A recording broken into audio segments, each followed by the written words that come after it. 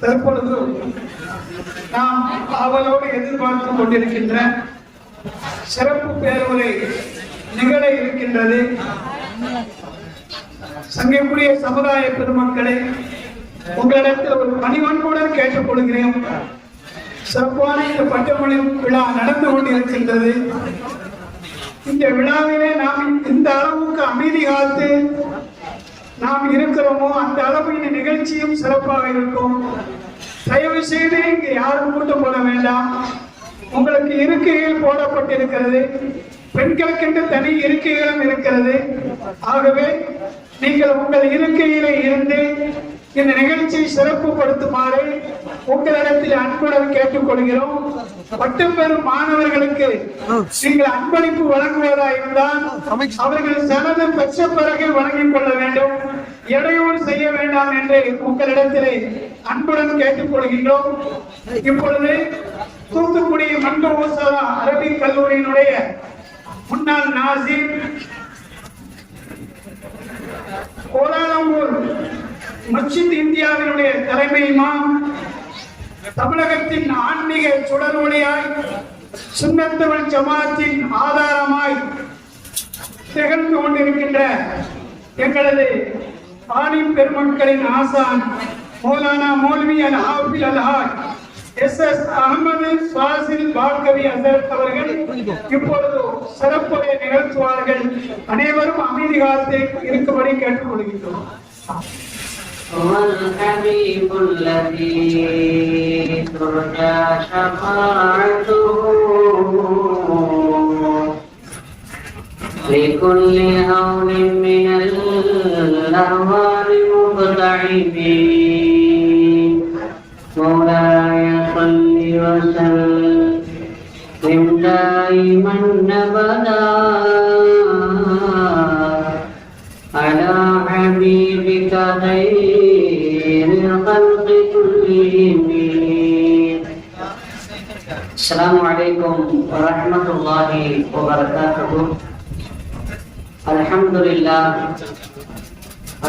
لله نحمده ونستعينه ونستغفره ونؤمن به ونتوكل عليه.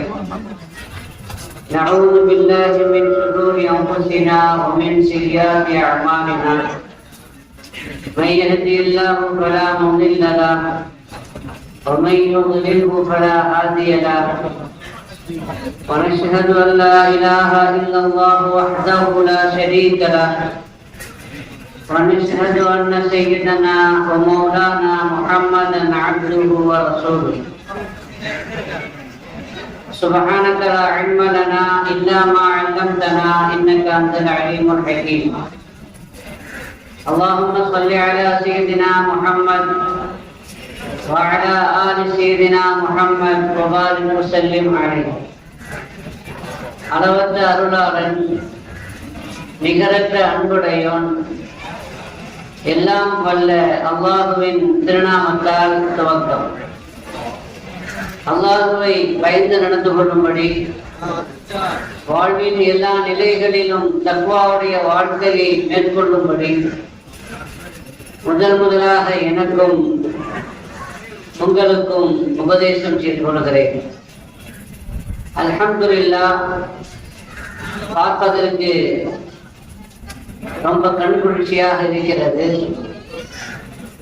சங்கைக்கும் மிகுந்த மேன்மைக்கும் உரிய கன்சுல் உலூம் அல்லாமா அன்சாரி ஹஜரத் ரஹிமஹுல்லாஹ் அவர்கள் உருவாக்கி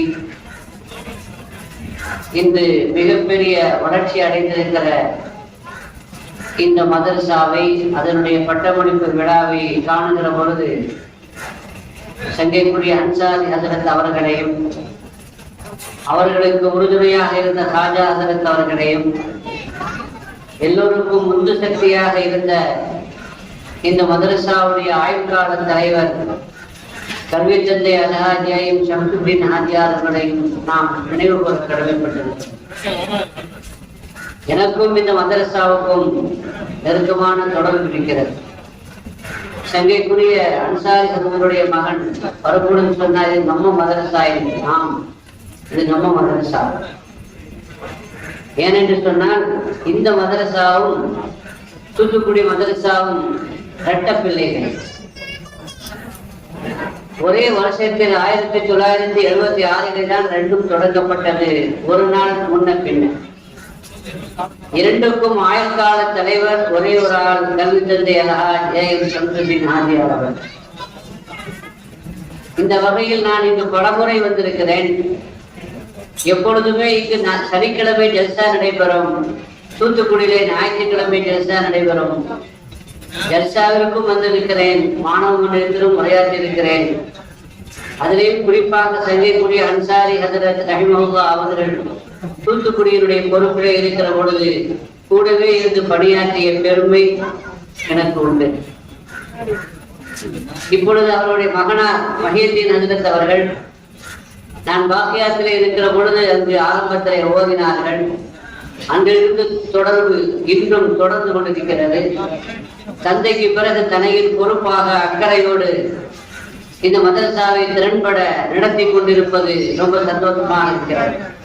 அல்லாஹ் அவர்களுக்கு எல்லா வகையிலையும் உதவி செய்வானாக. இந்த மதரசாவை பொறுத்த வரைக்கும் ஒரு ரூஹானியத்தான ஒரு ரகசியம் இருக்கிறது. சங்கைக்குரிய அன்சாரி ஹஜரத் ரஹிமஹுல்லா அவர்கள் தூத்துக்குடியினுடைய பொறுப்பிலே இருக்கிற பொழுது அவர்களுக்கு கீழே இருந்த பணியாற்றிய பல நேரங்களில் பல்வேறு அனுபவங்களை சொல்லியும் இருக்கிறார்கள். அவர்களிடமிருந்து நேரடியாக நேரிலே கண்டும் அனுபவித்தும் நான் உணர்ந்திருக்கிறேன். அதிலே சொன்ன ஒரு முக்கியமான வரலாற்று நிகழ்வு என்னவென்றால், நான் தமிழகத்தினுடைய பல்வேறு மதரசாக்களில் பொறுப்பிலே இருந்திருக்கிறேன். உஸ்தாதாக பணியாற்றி இருக்கிறேன், நாசிராக பணியாற்றி இருக்கிறேன். ஆனால் எந்த ஊரும் எனக்கு சரியாக ஒத்து வரவில்லை, அல்லது அவர்களை உரிய விதத்தில அறிந்திருக்கவில்லை என்று சொல்ல வேண்டும். பல்வேறு ஊர்கள், ஒரு ஊர் மாறி இன்னொரு ஊர் என்று நான் பல்வேறு ஊர்களுக்கு சென்று பொறுப்பேற்றுக் கொண்ட பொழுது, கடைசியாக ஒரு ஊரிலே பணியாற்றிய பொழுது, அந்த நேரத்தில் ஷாதுலி தரீகாவுடைய கலீஃபா ஷேக் அநேகமா காசி மௌலானா அவர்கள் அந்த ஊருக்கு வருகிறார்கள். அப்படி வருகை தந்த பொழுது ஹஜ்ரத் ஏற்கனவே ஷாதுலியா தரீகாவோடு தொடர்பு உள்ளவர்கள். ஆனால் அந்த சமயத்தில் அவர்கள் பெரிய ஷேக் அவர்கள் உஸ்தாத் அவர்களுக்கு கிலாபத்தை கொடுக்கிறார். கிலாபத்தை கொடுக்கிற பொழுது அந்த ஊர் மக்களுக்கு அதை ஜீரணிக்க முடியவில்லை. பொதுவாகவே ஆன்மீக பதவியும் சரி, அரசியல் பதவியும் சரி, தன் சொந்தக்காரர்கள், தன் குடும்பத்தினர், தன் ஊரை சார்ந்தவர்கள், தன்னுடைய அதாவது உறவிலே இருப்பவர்கள் என்று நாம் அதை சுருக்கி வைத்திருக்கிறோம். அந்த அடிப்படையில அவர்கள் சொன்னார்கள், இவருக்கு எந்த ஊர் இல்லை, இவர் வெளியூருக்காரரு, இவருக்கு போய் நீங்க ஹிலாபத் பதவியை கொடுத்துருக்கிறீங்க, இவர் இங்கேயே இருக்க மாட்டாரு, போயிடுவாரு, அப்ப எங்களுக்கு கலீஃபா யாரு அப்படின்னு கேட்டாங்க. அந்த ஊருக்காரங்க, நான் ஊர் பேர சொல்ல விருப்பல, சில பேருக்கு தெரிந்திருக்கும். அப்ப அந்த ஊருக்காரங்க அந்த தரீகாவில் உள்ளவங்களாம் சொன்னாங்களா, அதற்கு இந்த ஊருக்காரர்களையே அவர் போயிடுவாரு, அதுக்கு பிறகு எங்களுக்கு கலீஃபா யார், அதனால இந்த ஊரை சார்ந்த ஒருவருக்கு நீங்கள் கலீஃபாவாக ஆக்குங்கள் என்று சொல்லியிருக்கிறார்.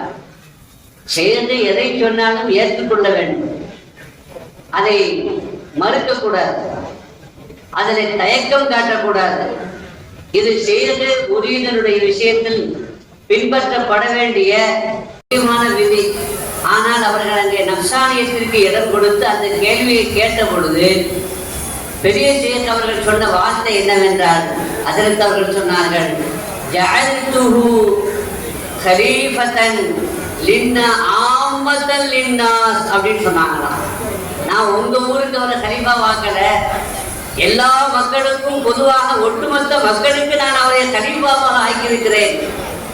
எனவே அவர்கள் இங்கே இருந்தாலும் இங்கும் கலீஃபா, அங்கும் கலீஃபா, எங்கும் அவர்கள் தான் கலீஃபா என்று கலீஃபத்தன் ஆம்மா, பொதுவான எல்லோருக்கும் பொதுவான, எல்லா மக்களுக்கும் பொதுவான ஒரு கலீஃபாவாக ஆக்கியிருக்கிறேன் என்று சொன்னார்கள். அதில் அவங்க சொல்லிட்டு சொல்றாங்க, அது வரைக்கும் நான் ஒரு இடத்துல நிலையாக இருக்கல, ஊர் மாதிரி வந்து கொண்டிருந்தேன்.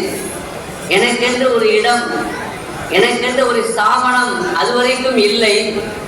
இப்படி இருக்கிற பொழுது கிலாபத்து வாங்கிய பிறகு அதற்கு பிறகு சொந்த ஊர் வந்தேன். அதற்கு பிறகு இந்த மதரசாவை ஆரம்பித்தேன். அந்த கிலாபத்தினுடைய சிறுதான் இந்த மதரசா என்று சொன்னார். அதற்கு பிறகுதான் அந்த ருஹானியத்தான சக்தியின் மூலமாகத்தான் இந்த அளவிற்கு இது வளர்ச்சி அடைந்திருக்கிறது என்றும் குறிப்பிட்டார். எனவே ஹஜ்ரத்துடைய மகனாருக்கும் சொல்லுவேன், தலைவர் போன்ற நிர்வாகிகளுக்கும் நான் சொல்லுவேன், இங்கு ஓதி கொடுக்கக்கூடிய உஸ்தாதுமார்கள் மாணவர்களுக்கும் இந்த ஊர்காரனுக்கும் நான் சொல்லுவேன், இந்த மதரசா ஷாதுலியா தரீகாவுடைய பெரிய ஷாதுலி நாயகம் அபுல் ஹசன் அலி ஷாதுலி ரஹ்மத்துல்லாஹி அலைஹி அவருடைய ரூஹானியத்தினுடைய வில் பவரிலே நடந்து கொண்டிருக்கிறது. அவர்களுடைய அருள் பார்வையின் கீழ் இது வெற்றி அடைந்து கொண்டிருக்கிறது. எதுவரைக்கும் இந்த மதரசா அதே ராஜவாட்டையில் நடைபோடுமோ அதுவரை இந்த மதரசா வெற்றிக்கு மேல் வெற்றியை குவித்துக் கொண்டிருக்கும். இது பாதை மாறாது, வழி தவறாது என்றாலும் இதை நான் நினைவுபடுத்திக் கொள்கிறேன். ரப்புல் ஆலமீன் இது தொடர்ந்து இப்படியே நடைபெறுவதற்கு அந்த தரீக்கத்தினுடைய அடிப்படையில் தொடர்ந்து இயங்குவதற்கு அல்லாஹ் தௌஃபீக் செய்வானாக என்று வாழ்த்திக் கொள்கிறேன். சங்கைக்குரிய பெருமக்களே, ஆக ரூஹானியத்தான அந்த கிலாபத்து கொடுத்ததற்கும் இந்த மதரசாவுடைய வளர்ச்சிக்கும் என்ன சம்பந்தம் என்று நீங்கள் கேட்கலாம். ரூஹானியத்தான சம்பந்தம் என்பது, ரூஹானியத்தான தொடர்பு என்பது அது நேரிலே நாம் பார்க்கிற விதத்திலே இருக்காது, நாம் காணக்கூடிய அமைப்பிலே அது அமையாது. அது கண்காணாத விதத்திலே மானசீகமான முறையிலே அதனுடைய தொடர்புகளும் அதனுடைய பரக்கத்துகளும் இருக்கும் என்பதை முதலில் நீங்கள் விளங்கிக் கொள்ள வேண்டும். சங்கைக்குரிய பெருமக்களே, ரூஹானியத்தான தொடர்பு என்பது அது எப்படி தன்னுடைய கருத்துக்களை கடத்துகிறது என்பதை இந்த உஸ்தாதுமார்கள், அதாவது உஸ்தாதுமார்கள் சொன்னால் இப்பொழுது உஸ்தாதுமார்களாக பட்டம் வாங்கக்கூடிய இந்த ஆலிம்கள் தெரிந்து கொள்ள வேண்டும்.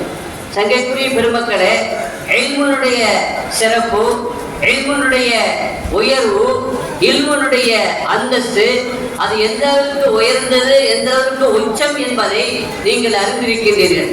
ஆதமல் அஸ்மா, ஆதம் அலைஹிஸ்ஸலாமுக்கு அல்லாஹ் மலக்குமார்களை எல்லாம் சுஜூத் செய்ய வைத்தான். மலக்குமார்களுக்கெல்லாம் சுஜூது செய்யக்கூடிய அளவுக்கு ஆதம் அலைஹிஸ்ஸலாமுக்கு என்ன தகுதி இருக்கிறது என்று வந்த பொழுது ஆதமன் அஸ்மா, அல்லாஹ் கற்றுக் கொடுத்தான். இல்மின் மூலமாக மலக்குமார்கள் சுஜூது செய்யக்கூடிய அளவுக்கு அவர்களுக்கு அல்லாஹ் அந்தஸ்தை உயர்த்தினான். ஆலிம்களை நீங்கள் தெரிந்து கொள்ள வேண்டும், உங்களுக்கு கிடைக்கப்பட்டிருக்கிற இந்த இல்மு எந்த அளவுக்கு உயர்ந்தது என்றால் இந்த இல்மை கொண்டு மலக்குமார்களே உங்களுக்கு கட்டுப்படுவார்கள். உலகம் உங்கள் கீழே வரும் என்பது அல்ல, மலக்குமார்களே உங்களுக்கு கட்டுப்படுவார்கள். ஆனால் வெறும் இல்மை கொண்டு மட்டும் அந்த அந்தஸ்தை நீங்கள் பெற்றுவிட முடியுமா என்றால், அந்த மலக்குமார்களுக்கெல்லாம் உஸ்தாதா இருந்தவன் இப்லீஸ். அந்த மலக்குமார்களுக்கெல்லாம் உஸ்தாதாக இருந்த அந்த இப்லீஸ் அவன் உயர்ந்த அந்த அந்தஸ்தில் இருந்து கீழே இறக்கப்பட்டான், வெளியேற்றப்பட்டான். எதன் காரணமாக? அல்லாஹ்வுடைய உத்தரவுக்கு மாறு செய்த காரணத்தினால். அப்படி என்றால் இல்மினால் எந்த அளவுக்கு உயர்வீர்கள், ஏற்றப்படுவீர்கள் என்றால் மலக்குகளே உங்களுக்கு கட்டுப்படுவார்கள். அதே நேரத்தில் அந்த இல்முக்கு மாற்றமாக நீங்கள் நடந்து கொண்டால் நீங்கள் இறக்கப்படுவீர்கள் என்பதை இங்கு அல்லாஹ் சொல்லாமல் சொல்கிறான் என்பது மாத்திரமல்ல, இது ஒரு தொடர்கதை. ஆதம் அலைஹிஸ்ஸலாம் அல்லாஹ்வுடைய நுபுவத்தை பெற்றவர்கள், ஞானத்தை பெற்றவர்கள். அதனால் தான் கலக்கல்லாஹு ஆதம ஃபி சூரத்திஹி, அல்லாஹ் ஆதமை தன் சூரத்தில் படைத்தான், தன்னுடைய சிவத்திலே படைத்தான். எனவே அதற்காகத்தான் சுஜூது, வேறு எதற்காகவும் அல்ல.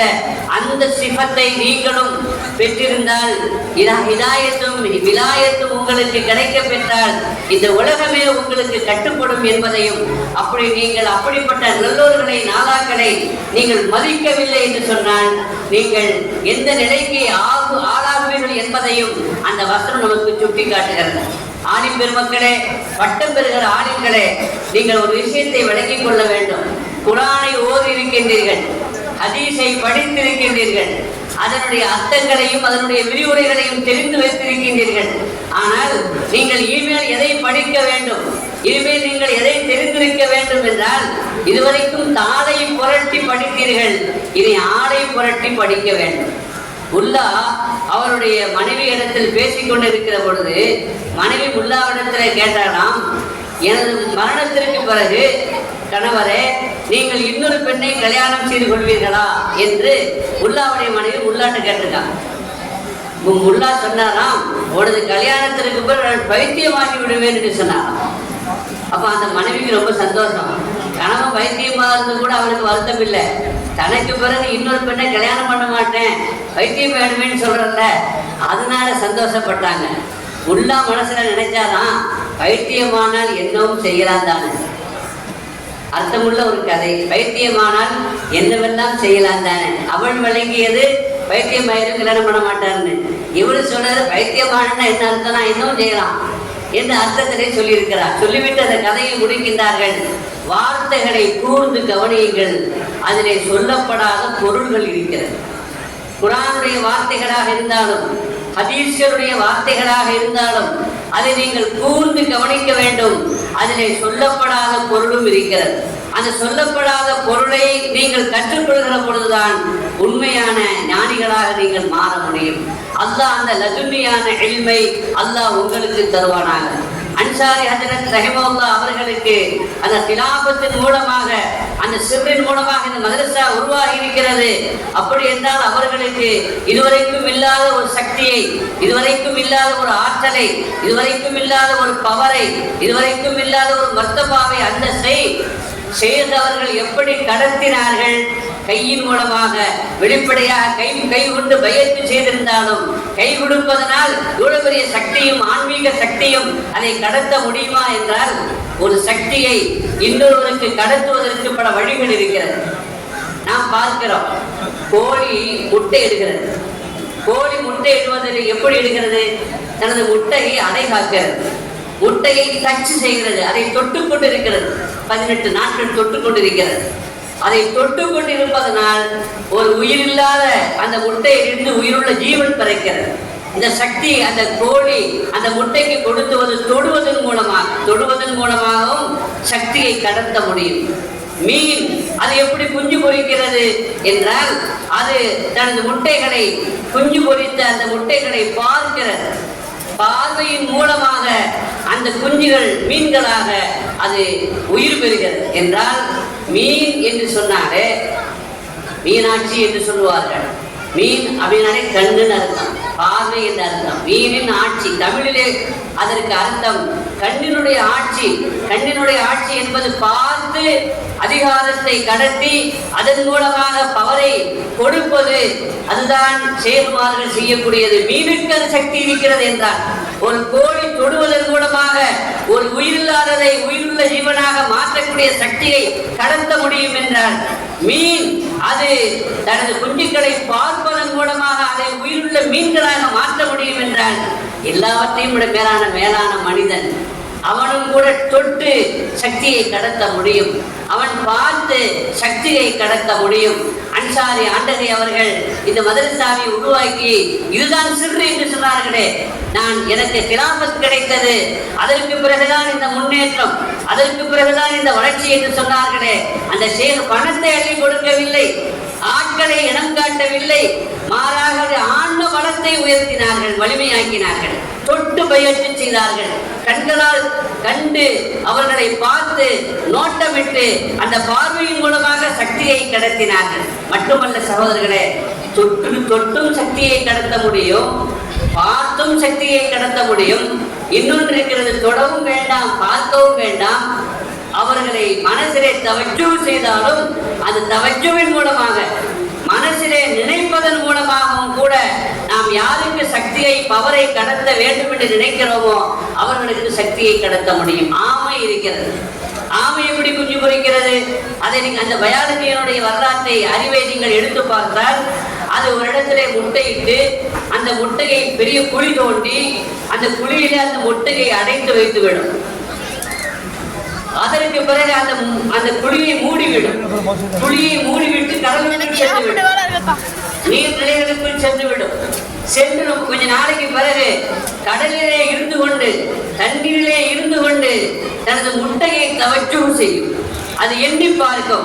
அதனுடைய தவச்சுவில் அதனுடைய முன்னோக்குதலில் அதனுடைய எண்ணங்களின் மூலமாக அந்த உயிரற்ற அந்த முட்டைகள் குஞ்சு பொரித்து விடும். ஆமையாக குஞ்சு பொரித்து விடும் என்றால் ஒரு ஆமைக்கு எண்ணத்தின் மூலமாக முன்னோக்குதல் மூலமாக தவச்சுவின் மூலமாக இவ்வளவு பெரிய சக்தியை கடத்த முடியும் என்று சொன்னால் ஆமையை விட பல்வேறு மடங்கு சிறந்த மனிதனால் அது ஏன் முடியாது? ஷேக்மார்கள் தவஜ்ஜு செய்தார்கள். தவஜ்ஜுவின் மூலமாக இல்மை கடத்த முடியும். நம்ம உஸ்தாத்மார்கள் வாய் வழியாக பாடம் நடத்தினார்கள். அதன் மூலமாக கல்வியை கடத்தினார்கள். கிதாபுகளை முத்தாலா செய்கிறோம், புத்தகங்களை வாசிக்கிறோம். அதன் மூலமாக கல்வி கடத்தப்படுகிறது. இதுவெல்லாம் சாதாரணமான கல்வி, இதுவெல்லாம் சாதாரணமான ஒரு ஞானம். ஆனால் ஒன்றிருக்கிறது, நீங்கள் உஸ்தாத்மார்களுக்கு முன்னிலையே அவருடைய வாய் மூலமாக பேச்சை கேட்காமல் புத்தகத்தையும் வாசிக்காமல் அவர்கள் நேரடியாக உங்களுக்கு கல்வியை கடத்தினால் அது தவஜ்ஜு, அது ரூஹானியான கல்வி. அந்த கல்வியை செய்தவர்கள் அன்சாரி ரஹ்மத்துல்லாஹி அலைஹி அவர்களுக்கு கொடுத்தார்கள். தங்கைக்குரிய பெருமக்களே, அபூபக்கர் சித்திக் நாயகம் ரலியல்லாஹு அன்ஹு, உமர் இப்னு கத்தாப் ரலியல்லாஹு அன்ஹு அவர்கள் உள்ளிட்ட பல சஹாபாக்களுக்கு எல்லா சஹாபாக்களையும் போல ஹதீஸ்களை சொன்னார்கள். பல சஹாபாக்கள் பார்த்தார்கள். பெருமானார் ஸல்லல்லாஹு அலைஹி வஸல்லம் அவர்களை நோக்கினார்கள். சங்கைக்குரியவர்களே, பெருமானார் ஸல்லல்லாஹு அலைஹி வஸல்லம் கையை தொட்டும் அந்த ரூஹானியத்தான இல்ஃபானுடைய ஞானத்தை கடத்தினார்கள். சில பேரை பார்த்து அதை கடத்தினார்கள். சில பேருக்கு தவஜ்ஜு செய்து, சில பேரை தவஜ்ஜு செய்து அதன் மூலமாக இல்ஃபானுடைய அந்த ஞானத்தை, நுபுவத்தினுடைய ஞானத்தை கடத்தி இருக்கிறார்கள். சையதுனா உமர் இப்னு கத்தாப் ரலியல்லாஹு அன்ஹு அவர்கள் ஒரு கட்டத்தில் சொன்ன செய்தி உங்களுக்கு தெரியும். யார சொல்லலாம், இந்த உலகத்தில் எல்லாவற்றையும் விட நீங்கள் தான் எங்களுக்கு உகப்பானவர்கள், ஆனால் என்னை தவிர, என் உயிரை தவிர என்று சொன்னார்கள். அப்பொழுது ரசூலுல்லாஹி ஸல்லல்லாஹு அலைஹி வஸல்லம் என்ன சொன்னார்கள்? இல்லை, இப்பொழுதும் நீ மூமினாக ஆக முடியாது, உன் உயிரை விட நீ என்னை நேசிக்க வேண்டும் என்று சொன்னார்கள். ஆனால் நான் பார்க்கிறேன், முயற்சிக்கிறேன் சொன்னார்கள். அந்த நேரத்தில் ஹஜ்ரத் ரசூலுல்லாஹி ஸல்லல்லாஹு அலைஹி வஸல்லம் ஓங்கி ஒரு அடி அடித்தார்கள், ஓங்கி ஒரு அறை அறைந்தார்கள் நெஞ்சிலே. நமக்கு ஒரு ஆள் ஓங்கி அறைந்தால், நாம் யாரையாவது ஓங்கி அறைந்தால் வலிக்கும், வேதனை தான் கிடைக்கும். ஆனால் அந்த அறையின் மூலமாக உமர் இப்னு கத்தாப் கொஞ்சம் ஆட்டம் கண்டார்கள். அவர்களுக்கு மாற்றம் ஏற்பட்டது. சொன்னார்கள், யா ரசூலுல்லாஹ், இப்பொழுது நீங்கள் என் உயிரை விடவும் முஹப்பத்திற்குரியவர்களாக, நேசத்திற்குரியவர்களாக, அன்புக்குரியவர்களாக ஆகிவிட்டீர்கள் என்று சொன்னார்கள். என்றால் தொடுவதன் மூலமாக, அடிப்பதன் மூலமாக மஹப்பத்தை, அன்பை, பாசத்தை, நேசத்தை கடத்த முடியுமா என்றால் இதுதான் ரூஹானியத்தான வழிமுறை செய்ய முடியும். சங்கைக்குரிய பெருமக்களே, ஹஜ்ரத் அபூபக்கர் சித்திக் ரலியல்லாஹு அன்ஹு அவர்களுக்கு அல்லாஹ்வுடைய அந்தஸ்து, எவ்வளவு பெரிய அந்தஸ்தை அல்லாஹ் கொடுத்தான். அஃதலுல் அன்பியாஇ பஅதல் பஷர், மனிதர்களிலே பஅதல் அன்பியாஇ, அஃதலுல் பஷரி பஅதல் அன்பியா, நபிமார்களுக்கு பிறகு இந்த மனித குலத்தினுடைய ஆகச் சிறந்த மனிதர் புருஷர் அபூபக்கர் சித்திக் ரலியல்லாஹு அன்ஹு. அவர்களுக்கு எவ்வளவு பெரிய அந்தஸ்து எப்படி கிடைத்தது, எவ்வளவு பெரிய ஈமான் எப்படி கிடைத்தது? சங்கைக்குரிய பெருமக்களே, ஈமான் கிடைத்த காரணத்தினால் அவர்கள் எதையுமே எதிர்பார்க்காமல், எந்த ஆதாரத்தையும் தேடாமல், கேட்காமல் பெருமானாரை அப்படியே நம்பியதன் காரணமாக பெருமானார் ஸல்லல்லாஹு அலைஹி வஸல்லம் முதலில் நாம் நம்மை அர்ப்பணிக்க வேண்டும், முதலில் நம்மை நாம் தியாகம் செய்ய வேண்டும், நமது நப்சை நாம் பனா செய்ய வேண்டும். அப்படி செய்தால் அதற்கு பிறகு என்ன கிடைக்கும்? சித்திகுல் அக்பர் ரலியல்லாஹு அன்ஹு கிடைத்தது கிடைக்கும். கண்மணி நாயகம் ஸல்லல்லாஹு அலைஹி வஸல்லம் சொல்லுவார்கள், என்ன சொன்னாங்க? சபபது ஃபீ சத்ரி அபீ பக்கரின் மா சப்பல்லாஹு ஃபீ சத்ரி. அபூபக்கருடைய நெஞ்சிலே, அபூபக்கர் அவர்களுடைய உள்ளத்திலே நான் கொட்டி விட்டேன், நான் போட்டு விட்டேன். எதை கொட்டினேன் என்றால், அல்லாஹ் எதையெல்லாம், எந்த ஞானத்தை எல்லாம், எந்த பாக்கியத்தை எல்லாம் எனது உள்ளத்திலே கொட்டினானோ அதையெல்லாம் அபூபக்கருடைய உள்ளத்தில் நான் கொட்டிவிட்டேன் என்று சொன்னார்களே. எப்படி கொட்டினார்கள்? அந்த பாக்கியத்தையும் ஞானத்தையும் அது ஒரு தண்ணீரா கொட்டுவதற்கு, அப்படியே தண்ணீரா இருந்தாலும் நெஞ்சிலே கொட்ட முடியுமா? நெஞ்சிலே தண்ணீரை ஊற்றினால் நெஞ்சுதான் நினையும். ஆனால் அப்படியே எல்லாவற்றையும் உள்ளே கிடத்தினார்கள். ஆக அகத்திலே அதை ஏற்றினார்கள். எப்படி ஏற்றினார்கள்? சங்கைக்குரிய பெருமக்களே, எனவேதான் முஜத்தித் அல்பசானி அக்பர் இலாஹி உருவாக்கிய அந்த நேரத்திலே முஜத்தித் அல்பசானியாக இருந்த மகான் அவர்கள் சொல்லுவார்கள். என்ன சொல்றாங்கன்னு சொன்னா, பெருமானார் ஸல்லல்லாஹு அலைஹி வஸல்லம் அவர்களுக்கும் சித்திக் நாயகத்துக்கும் உள்ள தொடர்பை உங்களுக்கு நான் சொல்ல வேண்டும் என்றால், கண்ணாடியில் என் முகத்தை நாம் பார்க்கிறோம். கண்ணாடியில் இந்த முகத்தை பார்க்கிறோம். முன்னாடி நிற்பது நாம். ஆனால் கண்ணாடியில் தெரிவது நாம் அல்ல, நம்முடைய பிம்பம், நம்முடைய அக்ஸ் இல்லையா? அதை போல முன்னாடி வெளியில் நிற்பது ரசூலுல்லாஹி ஸல்லல்லாஹு அலைஹி வஸல்லம் என்று சொன்னார். கண்ணாடியில் தெரிகிற அந்த பிம்பம் தான் சித்திக்குல் அக்பர் என்று சொல்வார்கள். அந்த அளவிற்கு இந்த நிஸ்பத்தை இத்திஹாதியை கண்மணி நாயகம் ஸல்லல்லாஹு அலைஹி வஸல்லம் உருவாக்கினார்களே, அந்த ஏற்றம், அந்த கல்வி, அந்த தொடர்பு அது யாரின் மூலமாக கிடைக்கும்? அன்சாரிகள் நமக்கு பாடம் நடத்தி இருக்கிறார்கள், கற்றுக் கொடுத்திருக்கிறார்கள், நடத்திவிட்டு வழிகாட்டி விட்டு சென்றார்கள். இந்த மதரசா இது எதனுடைய சிறு என்று சொன்னால், எனக்கு கிலாபத்து கொடுத்தார்களே, கிலாபத்து கொடுத்த பிறகுதான், அதற்கு பிறகுதான் அவர்களுடைய தொழுதல், அவர்களுடைய தவஜ்ஜு, அவர்களுடைய பார்வை, அதற்கு பிறகுதான் இந்த மிகப்பெரிய வெற்றி எனக்கு வாய்த்தது என்று சொன்னார்களே, அந்த சிறை இங்கு இருக்கிற ஆலிம்கள் உணர வேண்டும். ஆலிம்கள் அந்த இல்மை கற்க, அந்த இல்மை பெறுவதற்கு ஆசைப்பட வேண்டும். வார்த்தைகளை கூர்ந்து கவனியுங்கள். அதிலே சொல்லப்படாத பொருளும் இருக்கிறது. சொல்லப்படாத பொருள் என்று சொன்னால் வெளிப்படையாக ஒரு தர்ஜமா நமக்கு தெரியும், வேணுமென்றா ஒரு சில தப்சீர்கள் நமக்கு தெரியும். அதையும் தாண்டி சொல்லப்படாத பொருள் இருக்கிறது. விஞ்ஞான ரீதியாகவும் சொல்லப்படாத பொருள் இருக்கிறது. குர்ஆன் ஷரீஃபிலே விஞ்ஞான ரீதியாகவும் சொல்லப்படாத பொருள் இருக்கிறது. குர்ஆன் ஷரீஃபிலே பல்வேறு இடங்களிலே அல்லாஹ் விஷயங்களை சொல்லிவிட்டு லவ்கானு யஅலமூன், அறிந்திருக்க வேண்டுமே, இதை அவர்கள் அறிய வேண்டுமே என்று சொல்லி முடிப்பான். என்ன அர்த்தம் தெரியுமா?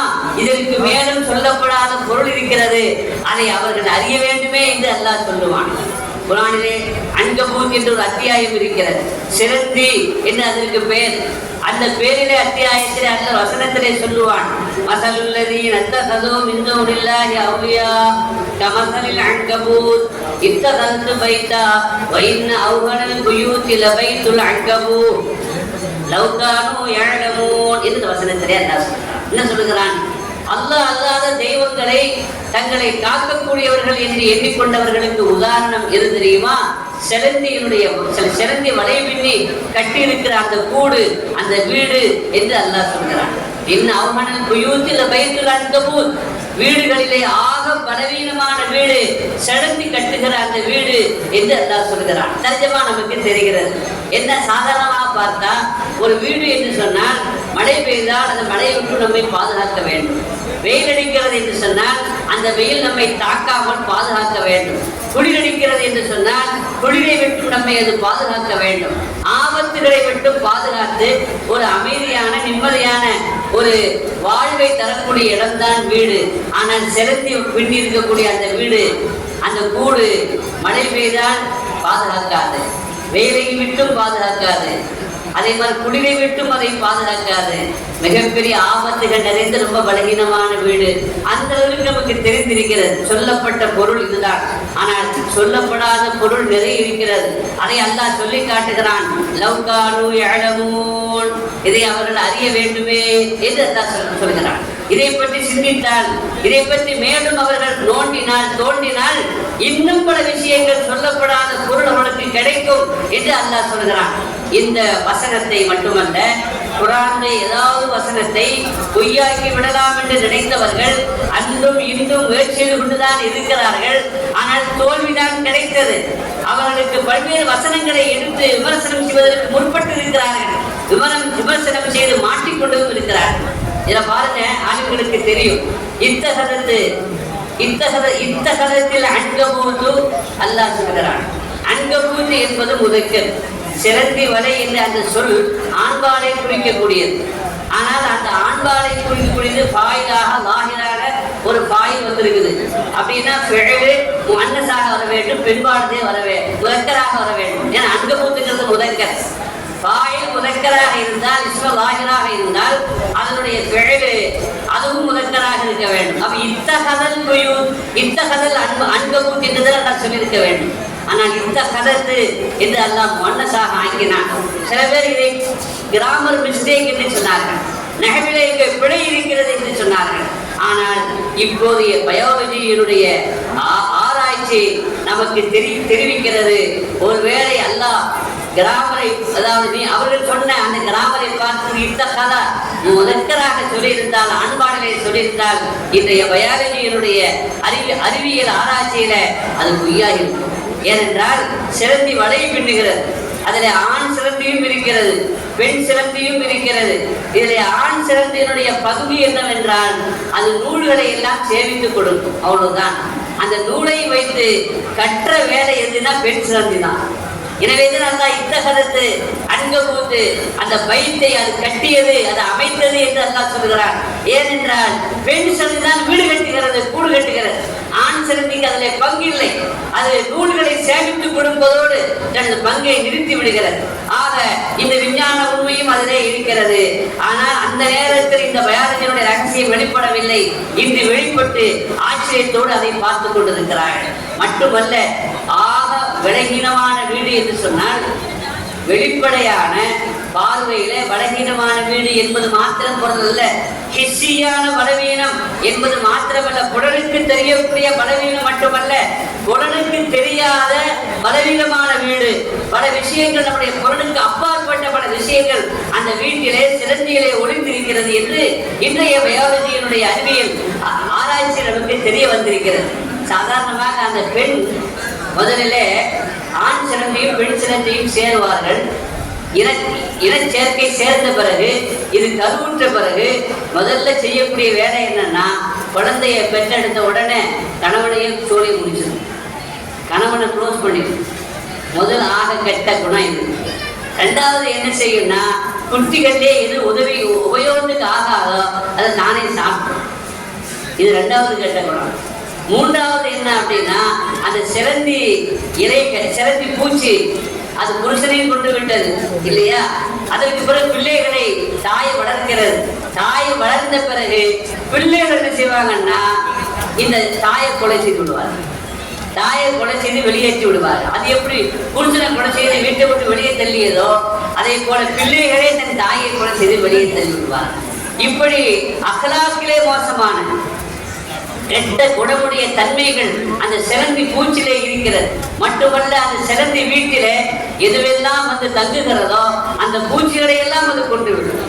அந்தவர்களுக்கு அடைக்கலம் கொடுக்கார், பாதுகாப்பு கொடுக்கார்.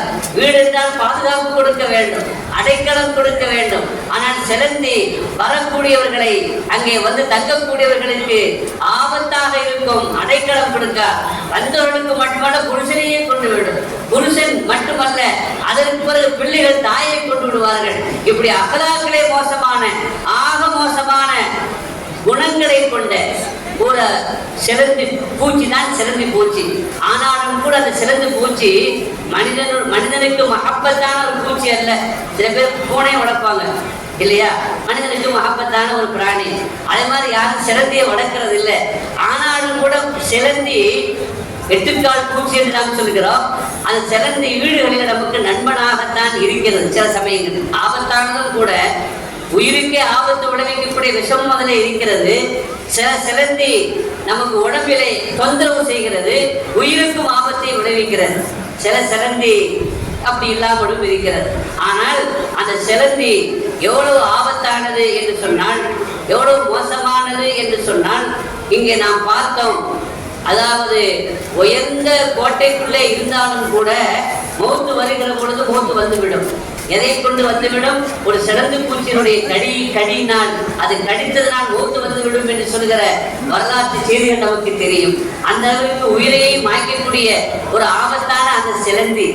அதன் மூலமாக அல்லாஹ் ஒரு உதாரணத்தை சொல்லி, எனவே இந்த மாதிரியான பலகீனமான சிலந்தியினுடைய கூட்டை போலத்தான் அல்லாஹ் அல்லாத தெய்வங்களை யார் தன்னை காப்பார்கள், பாதுகாப்பார்கள் என்று எண்ணிக்கொண்டார்களோ அவர்களை போல அவர்களுக்கு ஆபத்தை விளைவிக்கும், அது அவர்களுக்கு குணத்தை தராது என்ற செய்தியெல்லாம், சொல்லாத பல செய்திகளை எல்லாம் அல்லாஹ் அந்த வசனத்திலே ஒளிந்து வைத்திருக்கிறான். அதைத்தான் அறிய வேண்டுமே என்று அல்லாஹ் சொன்னான் என்பதை நாம் புரிந்து கொள்ள வேண்டும். சங்கைக்குரிய ஆடி பெருமக்களே, இப்படி எத்தனையோ வசனங்கள் இருக்கிறது. இல்மினால் சிறப்பு இருக்கிறது, எல்மினால் உயர்வு இருக்கிறது. ஆனால் எப்பொழுது என்பதையும் அல்லாஹ் சொல்லாமலும் சொல்லுகிறான், தெளிவாகவும் சொல்லுகிறான். குர்ஆனிலே ஒரு விஷயம் உங்களுக்கு எல்லாம் தெரியும். மாதா வஹில்லலஹும், எது அவர்களுக்கு ஹலால் என்று கேட்கிறார்கள், ஹலாலான உணவை பற்றி கேட்கிறார்கள். அப்பொழுது அல்லாஹ் சொல்லுவான், ஒரு வசனத்திலே சொல்லுவான், கல்பே முஅல்லம், பயிற்றுவிக்கப்பட்ட நாய். அந்த நாய் நீங்கள் அனுப்பி பிஸ்மில்லா சொல்லி அந்த நாயை நீங்கள் அனுப்பி அது வேட்டையாடி கொண்டு வந்தால் அந்த பிராணியும் உங்களுக்கு ஹலால் என்று சொல்லுவான். நபிகள் நாயகம் ஸல்லல்லாஹு அலைஹி வஸல்லம் சொல்லுவார்கள், பிஸ்மில்லா சொல்லி நீங்கள் அனுப்பி அந்த பிராணி வந்தால் வாயிலே கவ்விக்கொண்டு அந்த பிராணியை கொண்டு வந்தால் உயிர் இருந்தால் அதை அறுத்து சாப்பிடுங்கள். உயிர் போய்விட்டாலும் பரவாயில்லை, அது மையீதல்ல, அது பிஸ்மில்லா சொல்லி அனுப்பினதனால் அறுக்கப்பட்டதனுடைய ஹுக்கும் தான், அது உங்களுக்கு ஹலால் என்று சொல்லுவார்கள். வேட்டை சம்பந்தப்பட்ட ஒரு மசாலா இது சொல்லப்பட்ட பொருள். ஆனால் சொல்லப்படாத பல பொருள் அதிலே மறைந்திருக்கிறது. நீங்களும் நானும் அதிலே உள்ளே இறங்கினால் ஆழமாக நாம் சிந்தித்து பார்த்தால் அதிலே கிடைக்கக்கூடிய செய்திகள் பல. ஒன்று என்னவென்றால், கல்பே முஅல்லம், நாய் அது நஜீஸு. இரண்டாவது, நாய் எந்த அளவுக்கு நஜீஸு, ஐன் நஜீஸ். நாய் சாதாரணமாக நாய் அப்படி நம்மளை திட்டுனா நமக்கு கோபம் வரும். ஆனா அந்த நாய்க்கு அல்லாஹ் கொடுக்கிற பேர் வந்து முஅல்லம், இல்மு கொடுக்கப்பட்ட நாய் அப்படின்னு சொல்றோம். பயிற்றுவிக்கப்பட்ட நாய், டிகிரி ஹோல்டர். அந்த நாய்க்கு அல்லாஹ் என்ன பேர் கொடுக்குறான், அது ஒரு டிகிரி ஹோல்டர்னு சொல்றோம். ஏன்? அந்த இல்மு கொடுக்கப்பட்டதுனால நாய்க்கு கூட ஒரு கௌரவம் கிடைக்கிறது. இல்மு நாய்க்கும் கூட அந்தஸ்தை உயர்த்தும் என்றால் மனிதர்களுக்கு எவ்வளவு பெரிய அந்தஸ்தை உயர்த்தும் என்பதை இங்கே அல்லாஹ் சுட்டி காட்டுகிறான். இரண்டாவது, அது கல்வே முஅல்லம், பயிற்றுவிக்கப்பட்ட நாய் என்பதற்கு என்ன அடையாளம், அந்த பயிற்சி கொடுக்கப்பட்ட நாய் தான் என்பதற்கு என்ன ஆதாரம் என்று சொன்னால், மகான்கள் புத்தகாக்கள் சொல்லுவார்கள், நீ அதை அனுப்ப வேண்டும், நீ அதை அனுப்பி அது போ என்று சொன்னால் போக வேண்டும், நில் என்று சொன்னால் நிற்க வேண்டும். ஒரு பிராணியை பார்க்கிறது, வேட்டை பிராணியை பார்க்கிறது, பார்த்த உடனே நாய்க்கு எச்சு ஊறும் இல்லையா, உடனே அதை வாய்ந்து கவ்வி பிடிக்கும். அப்படி ஆசையோடு செல்கிற அந்த நேரத்தில் வேண்டாம், பிடிக்காது, நில் என்று சொன்னால் அந்த நப்சை கட்டுப்படுத்தி எஜமானுடைய சொல்லுக்கு கட்டுப்பட்டு அப்படியே நிற்க வேண்டும். வா என்று சொன்னால் வந்துவிட வேண்டும். அப்பொழுதுதான் அது முஅல்லம், பயிற்றுவிக்கப்பட்ட நாய். அப்பொழுதுதான் அந்த நாயினுடைய வேட்டையை நீங்கள் சாப்பிடலாம். இல்லாமல் நீங்கள் சொல்லியது கேட்கல, போ என்று சொன்ன பிறகு போகல, அதுவா போயிடுச்சு, அது போன பிறகு வா என்று சொன்னாலும் கேட்கல அப்படின்னா அந்த நாய் கல்வே முஅல்லம் அல்ல. ஆலிம்களுக்கு விலைக்கு சொல்ல வேண்டிய அவசியம் இல்லை, சொல் கேட்க வேண்டும். அப்பொழுதுதான் நீங்கள் எல்லாம் முஅல்லம்கள் என்பதை அல்லாஹ் இந்த வசனத்தின் வழியாக சொல்லி காட்டுகிறான். நபிகள் நாயகம் ஸல்லல்லாஹு அலைஹி வஸல்லம், அல்லாஹ்வுடைய கலாம், நபிகள் நாயகம் ஸல்லல்லாஹு அலைஹி வஸல்லமுடைய ஹதீஸ், சங்கைக்குரிய ஆலிம் பெருமக்களுடைய அந்த விளக்கங்கள், இதையெல்லாம் நமக்கு தரப்பட்டிருக்கிறது, சொல்லி தரப்பட்டிருக்கிறது. நீங்கள் முஅல்லம், இப்படி நீங்கள் முத்தஅல்லிம் அல்ல, முஅல்லம். ஆனால் இந்த முஅல்லம்ங்கிற பேரு, அதுக்கு ஆதாரம் என்ன, அதன் பிரகாரம் நீங்கள் நடக்க வேண்டும், அதன் சொல்படி நீங்கள் சொல்லை கேட்டு நடக்க வேண்டும். அப்பொழுதுதான் அந்த கல்வி, அதாவது அந்த சிறப்பை, அந்த உயர்வை நீங்கள் பெறுவீர்கள் என்பதையும் அல்லாஹ் இங்கு சொல்லாமல் சொல்லி காட்டுகிறான். சங்கைக்குரிய ஆலிம் பெருமக்களே, நீங்கள் கற்ற பிரகாரம் அமல் செய்து இந்த உலகத்திலே மற்றவர்களுக்கு முன்மாதிரியாக திகழ்ந்தால் நிச்சயமாக உங்கள் மூலமாக இந்த உலகத்திற்கு பயன் கிடைக்கும். அன்சாரி ஆண்டனி அவர்கள் மூலமாக இந்த ஆன்மீக கூவத்தை பெற்று இந்த உலகத்திற்கு இவ்வளவு பெரிய வளர்ச்சியான ஒரு ஸ்தாபனத்தை தந்திருக்கிறார்கள். உங்களை போன்ற ஆளுங்களை உருவாக்கி இருக்கிறார்கள், இன்னும் உருவாக்கி கொண்டிருக்கிறார்கள். கியாமத் வரைக்கும் இந்த ஸ்தாபனம் இருக்க வேண்டும், அல்லாஹ் தௌஃபீக் செய்வானாக. அப்படி என்றால் கியாமத் வரைக்கும் இதனுடைய வளர்ச்சி, இதனுடைய பரக்கத் தொடரும் என்று சொன்னால், அப்படிப்பட்ட வளர்ச்சியை, அப்படிப்பட்ட பரக்கத்தினுடைய தொடர்ச்சியை நீங்களும் பெற வேண்டும் என்று சொன்னால் நிச்சயமாக நீங்கள் அந்த பாதையிலே செல்ல வேண்டும். ஒரே ஒரு விஷயம் சொல்லிக் கொள்கிறேன், நாயை அனுப்புனா சாப்பிடலாம். நாய் ஐன் நஜீஸ், அது வாய் போட்டா ஒரு பாத்திரத்துல, தண்ணீர் இருக்கக்கூடிய பாத்திரத்துல வாய் போட்டா நமக்கு தெரியும். துஹூரி நாய் அடிக்கும் இதா வலகல் கல்பு ஃபீஹி ஐ யக்ஸலஹு சபஅ, 7 முறை தண்ணீரை கொட்டிடணும். தண்ணீரை கொட்டிய பிறகு 7 முறை அந்த பாத்திரத்தை கழுகணும். அதுல 1 முறை மண்ணை கொண்டு கழுகணும். அந்த அளவுக்கு ஐன் நஜீஸ்.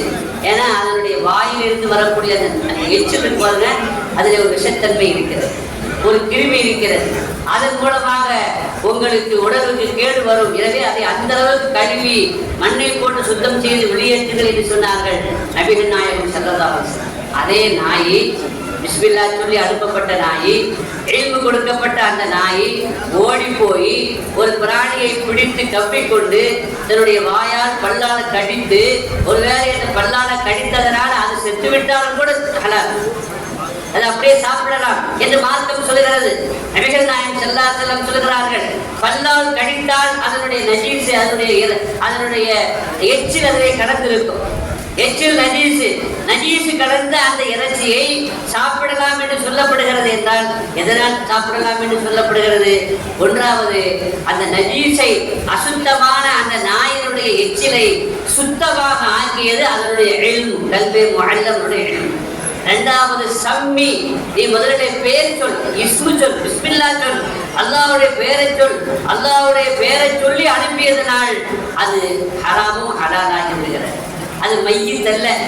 தங்கைக்குரியவர்களே, நமக்கெல்லாம் தெரியும், ஒரு பிராணி தானா செத்துச்சுன்னு சொன்னா அது மையத்து. அது மையத்து நமக்கு என்ன இல்லை, ஹலால் இல்லை, ஹராம். அதே நேரத்தில் ஒரு பிராணியை நாம எடுத்து அறுத்தால், பிஸ்மில்லா சொல்லி அறுத்தால், ஷாஃபி முஸ்லிம் அறுத்தால் கூட போதுமானது. அந்த அறுத்தது பிறகு அது இறந்து போனால் அது மையத்தல்ல. அதுவும் மையத்தான், இதுவும் மையத்து தான். ஆனா ஷரியத்தினுடைய பார்வையில தானாக இறந்து போன அந்த ஆடு மையத்து.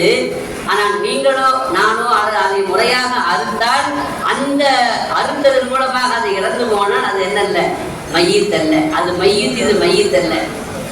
அல்லாஹ் சொல்ற சாப்பிடுங்கள் என்று சொல்றான். இப்ப குழு விம்மா விக்கிர சுல்லாஹி அலைஹி, அல்லாஹ்வுடைய திருநாமம் சொல்லப்பட்டது, பிஸ்மி சொல்லப்பட்டது. அல்லாஹ்வை விக்ரு செய்து அதை சொல்லி அனுப்பினீர்கள் அல்லது அறுத்தீர்கள் என்றால் அதை நீங்கள் சாப்பிடுங்கள் என்று அல்லாஹ் சொல்கிறான். நாம் இங்கே யோசித்து பார்க்க வேண்டும். இந்த பேர் சொல்றதுனால, விக்ரு சொல்றதுனால ஏன் இவ்வளவு பெரிய மாற்றம் வந்தது? அன்றைய காலத்தினுடைய முஷ்ரிக்கீன்கள், அன்றைய காலத்தினுடைய இணை வைப்பாளர்கள், இறை மறுப்பாளர்கள் இந்த வசனம் இறங்கிய போது கேள்வி கேட்டார்கள், கேள்வி செய்தார்கள். என்ன கேள்வி கேட்டானா, ஒரு வகையான லாஜிக் பேசினார்கள். என்ன லாஜிக் பேசினா, இயற்கை மரணம் அடைந்தால் அது மையத்துன்னு சொல்றோம். அதாவது அவன் சொல்றான், அல்லாஹ் மௌத்தாக்குனா அது ஹலாலாம். அல்லாஹ் மௌத்தாக்குனா இயற்கை மரணம், இயல்பாகவே இறந்து போனா அல்லா மௌத்தாக்குனா. அப்ப அல்லாஹ் மௌத்தாக்குனா அது ஹராமா, இவன் அறுத்து மௌத்தாக்குனா அது ஹலாலாம். என்னையா இது லாஜிக்குன்னு கேட்டான். லாஜிக் படி கேள்விக்கிறான் இல்லையா? அல்லாஹ் மௌத்தாக்குனா அது ஹராம்னு சொல்றாரு முகம்மது. ஆனா இவன் மௌத்தாக்குனா, இவங்க முஸ்லிம்கள் மௌத்தாக்குனா அது ஹலால் என்று சொல்றாரு. இப்ப அல்லாஹ்வோட இவங்க சிறந்தவங்களா, அல்லாஹ்வோட உயர்ந்தவங்களா என்று கேட்டான். அதற்கு அல்லாஹ் சொன்ன பதில் என்ன? குரு விம்மா விக்கிர சுல்லாஹி அலைஹி, அல்லாஹ்வுடைய திருநாமம் சொல்லப்பட்டதை நீங்கள் சாப்பிடுங்கள், அவ்வளவுதான் சொன்னான். அல்லாஹ்வுடைய திருநாமம் சொல்லப்பட்ட சாப்பிடுங்கன்னு ஏன் சொன்னான் அப்படின்றால், தானா இறந்து போறது பிஸ்மில்லா சொல்லாம தானா இறந்து போகுது, களிமா சொல்லி மூத்தாகாத மாதிரி. ஆனா பிஸ்மில்லா சொல்லி நீங்க அறுத்தீங்கன்னா, களிமா சொன்ன ஒருவர் அறுத்தாருன்னா அது அல்லாஹ்வுடைய பேர் சொல்லப்பட்டதுனால அது ஹலாலாக ஆகிறது. இதுவும் மையத்தான், அதுவும் மையத்தான். பேர் சொல்லப்படாத காரணத்தினால் அது நஜீஸாகவே இருக்கிறது. ரிக்கிரின் மூலமாக அல்லாஹ்வுடைய பேர் சொல்லப்பட்டதன் காரணமாக அந்த மையத் சுத்தமாகி விடுகிறது, நஜீஸ் சுத்தமாகி விடுகிறது, ஹராம் ஹலாலாகி விடுகிறது. ரெண்டாவது இன்னொரு விஷயம் என்னன்னா, அவன் ஒரு விஷயத்துல என்ன சொல்றான், அல்லாஹ் மூத்தாக்குனது நம்ம மூத்தாக்குனதுங்கிறான். அடிப்படையில் என்ன விஷயம்னா, ரெண்டையும் அல்லா தானே மூத்தாக்குறான். நாம அறுக்கத்தானே செய்யறோம். மூத்தாக்குறது அதை அல்லாஹ் மூத்தாக்குறான், இது நாமளா அறுக்கிறவனா மூத்தாக்குறான். எத்தனையோ இடத்துல அறுத்த பிறகு உயிர் பெற்று எடுத்து போகுதா இல்லையா? எனவே நாம அறுத்தாலும் இயற்கையாக மரணமானாலும் மூத்தாகிறது தௌஹீதுடைய சிந்தனையில அல்லாஹ் தான். இந்த உண்மையை அவன் மறுத்தான். அங்கே அதை பதிலே சொல்லல, காரணம் அது தெரிஞ்ச விஷயம். ஆக சொல்ல வந்த விஷயம் சொல்லப்படாத இப்படி நிறைய பொருட்கள் இருக்கிறது. அதையும் நீங்கள் படிக்க வேண்டும். அதையெல்லாம் படிக்கிற பொழுதுதான் நீங்கள் உண்மையான ஆலிம்களாக, முழுமை பெற்ற ஆலிம்களாக நீங்கள் இந்த உலகத்திலே ஏற்றம் பெறுவீர்கள். அல்லாஹ் சொன்னானே, குல்ஹல் யஸ்தவில்லதீன யஅலமூன வல்லதீன லா யஅலமூன், இல்மு உள்ளவர்களும் இல்மு இல்லாதவர்களும், படித்தவர்களும் படிக்காதவர்களும் சமம் அல்ல. உலகத்துல இஸ்லாத்துல மனிதனுக்கு மட்டும் வேறுபாடு இல்லை. மொழியால் வேறுபாடு இல்லை, இனத்தால் வேறுபாடு இல்லை, இனத்தால் வேறுபாடு இல்லை. ஆனாலும் கூட இல்மினால வேறுபாடு உண்டு என்று அல்லாஹ் சொல்கிறான். படித்தவர்களும் படிக்காதவர்களும் சமம் அல்ல என்று சொல்கிறான். சொல்லிவிட்டு அல்லாஹ் சொல்லுகிறான், யாரை படித்தவர்கள் என்று அல்லாஹ் சொல்கிறான், யாரை படிக்காதவர்கள் என்று அல்லாஹ் சொல்கிறான் என்பதை நீங்கள் வழங்க வேண்டும் என்றால் அதற்கு முந்தின ஆயத்திலே அல்லாஹ் கேட்கிறான், அம்மன் காணித்துன் ஆனா அல்லேலி சாஜிதன் வ காயிமன் யஹதருல் ஆகிரா வ யர்ஜூ ரஹ்மத் ரப்பி. அல்லாஹ் என்ன சொல்கிறான், இரவு நேரத்திலே நின்று வணங்கக்கூடியவர்கள், இரவு நேரத்திலே அல்லாஹ்வுடைய ரஹ்மத்தை எதிர்பார்த்து, அல்லாஹ்வுடைய அருளை எதிர்பார்த்து நின்று வணங்கி வழிபடுகிற அந்த பெருமக்களும் அப்படி இல்லாமல் உறங்கிக் கொண்டிருப்பவர்களும் சமமா என்று கேட்டுவிட்டு தான் இல்மு உள்ளவர்களும் இல்மு இல்லாதவர்களும் கல்வி கற்றவர்களும் கல்லாதவர்களும் சமமா என்று அல்லாஹ் கேட்கிறான் என்று சொன்னால் அல்லாஹ்வுடைய பார்வையில ஆலிம்கள் என்றால் யார்? அம்மனுவோ காணித்துன் ஆனா அல்லையிலே இரவு நேரங்களிலே நின்று வணங்கி வழிபட வேண்டும். சாஜிதன்வ காயிவன் சுஜூ செய்த வண்ணம், நின்ற வண்ணம், தொழுகையிலே, இபாதத்திலே, திக்ரிலே, கல்வத்திலே இருந்து வணங்க வேண்டும். வணங்கியவர்கள் எர்ஜூ ரஹ்மத் ரப்பிஹி, ரஹ்மானுடைய ரப்பனுடைய ரஹ்மத்தை ஆதரவு வைத்து நீங்கள் வணங்க வேண்டும். அப்படி வணங்கினவர்கள் அல்லதீன யஅலமூன, கற்றபடி அமல் செய்தவர்கள் அல்லதீன யஅலமூன, கற்ற பிரகாரம் அமல் செய்யாதவர்கள், அப்படி இல்லாதவர்கள், அதற்கு மாற்றமானவர்கள், அது அல்லாதவர்கள் என்று அல்லாஹ் சொல்கிறான் என்பதையும் நீங்கள் உணர்ந்து, யார் அல்லாஹ்வுடைய பார்வையிலே ஆலிம்கள், யார் அல்லாஹ்வுடைய பார்வையிலே ஆலிமாக இல்லாதவர்கள், யார் கல்வியாளர்கள், யார் கல்வியறிவு இல்லாதவர்கள் என்பதையும் அல்லாஹ் குர்ஆனிலே சொல்கிறான். இந்த வசனத்தை நீங்கள் எல்லாம் பார்த்து ஓதிய நீங்கள் ஏற்றம் பெற வேண்டும். நீங்கள் இந்த உலகத்தில் மட்டுமல்ல மறு உலகத்திலையும் வெற்றி பெற வேண்டும். இந்த மதரசாவுக்கு நீங்கள் பேர் வாங்கி கொடுக்க வேண்டும். நீங்கள் இங்கிருந்து வெளியேறி சென்றால் இந்த தீனுக்காக வேண்டிய திருமணத்தை செய்து, சமூகத்திற்காக திருமணம் செய்து, இந்த ஊருக்கும் உலகத்திற்கும் நீங்கள் திருமணம் செய்து, அதன் மூலமாக நீங்கள் மற்றவர்களுக்கும் பயனுள்ளவர்களாக நீங்கள் ஆகின்ற பொழுதுதான் உண்மையான ஆலிமே ரப்பானியாக ஆகுவீர்கள். அல்லாஹ் உங்களை ஆலிமே ரப்பானியாக ஆக்குவானாக, அல்லாஹ்வுடைய ஆலிம்களாக ஆக்குவானாக. துன்யாவை அடிப்படையாக கொண்டவர்களாக, அசல் நோக்கமாக கொண்டவர்களாக ஆக்காமல் தீனை அடிப்படையாகவும் அசலாகவும் கொண்ட ரப்பானியான ஆலிம்களாக அல்லாஹ் உங்களை ஆக்கி அருள் புரிவானாக. அதே போல ஹிஃபுல் பட்டம் பெற்றிருக்கிற, ஏற்றம் பெற்றிருக்கிற ஆசிரியர்கள் அது மறக்காமல் பார்த்து கொள்ள வேண்டும். ஓதுவது சிறப்பு, மனப்பாடம் செய்வது சிறப்பு, அது உயர்ந்தது.